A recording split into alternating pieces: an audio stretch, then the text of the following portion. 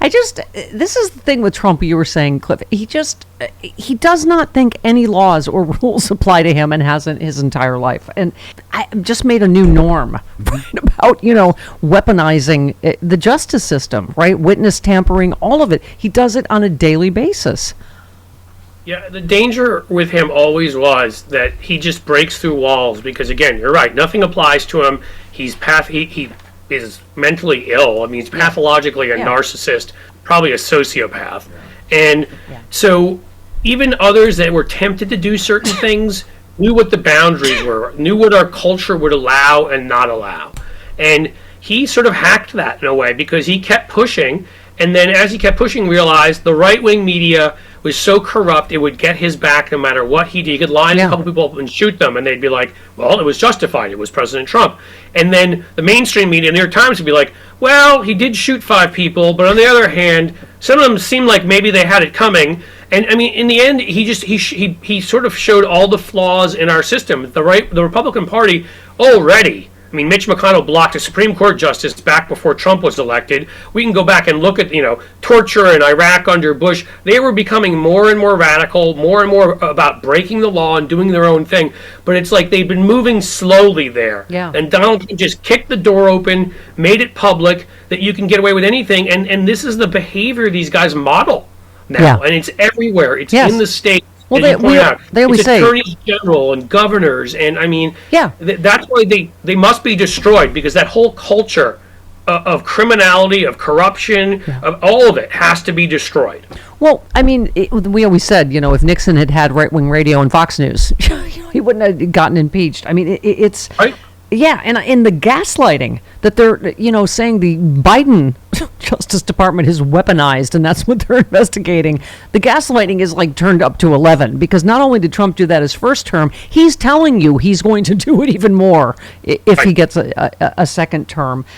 Rachel Maddow said this last night. She said you can see why his effort is to try not to necessarily beat all these charges and all these civil suits. It's to say the legal system doesn't matter and isn't in power and the legal system doesn't need to be obeyed.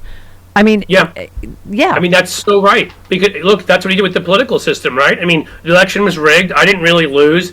It doesn't matter. I mean, all these sort of institutions, if those institutions condemn him or he loses because of them, who cares? They don't have any validity. Yeah. Right. Ignore them. They're rigged. They're liars. They don't matter. And so I think that was actually very smart by Rachel. I think absolutely.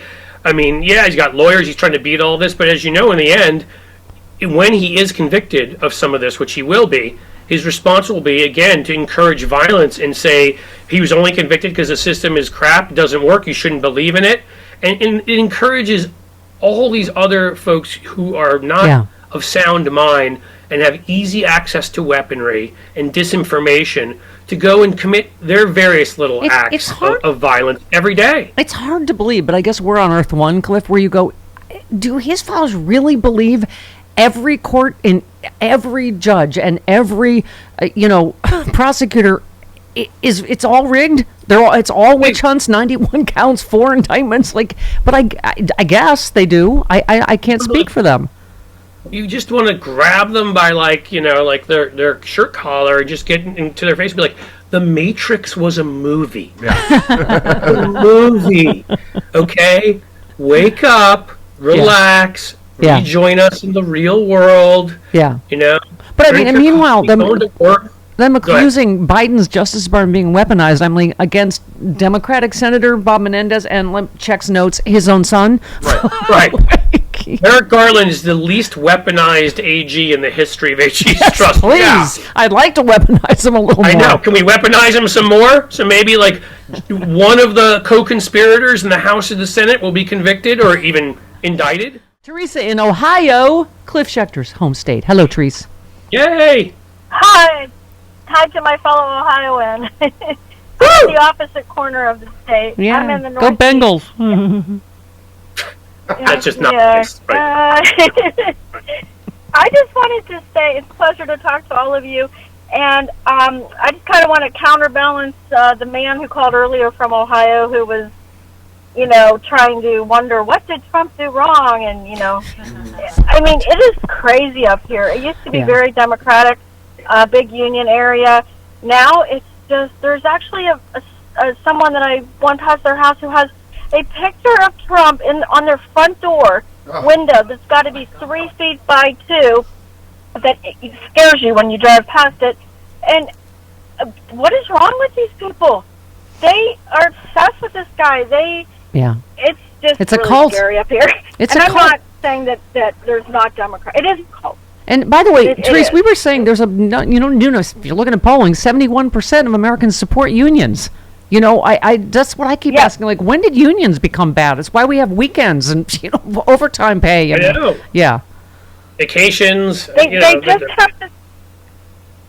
Yeah. Go ahead, Therese. I'm sorry. They just have this thing about, if somebody has more than them, that's just terrible. They don't understand that people, the top 1% or 0.1%, they don't look at those people as the problem. They look at the people down below them who, are struggling and might get a little bit more than them. And they don't look at all the tax cuts these people above them get and almost kind of worship them. It's really weird. Yeah.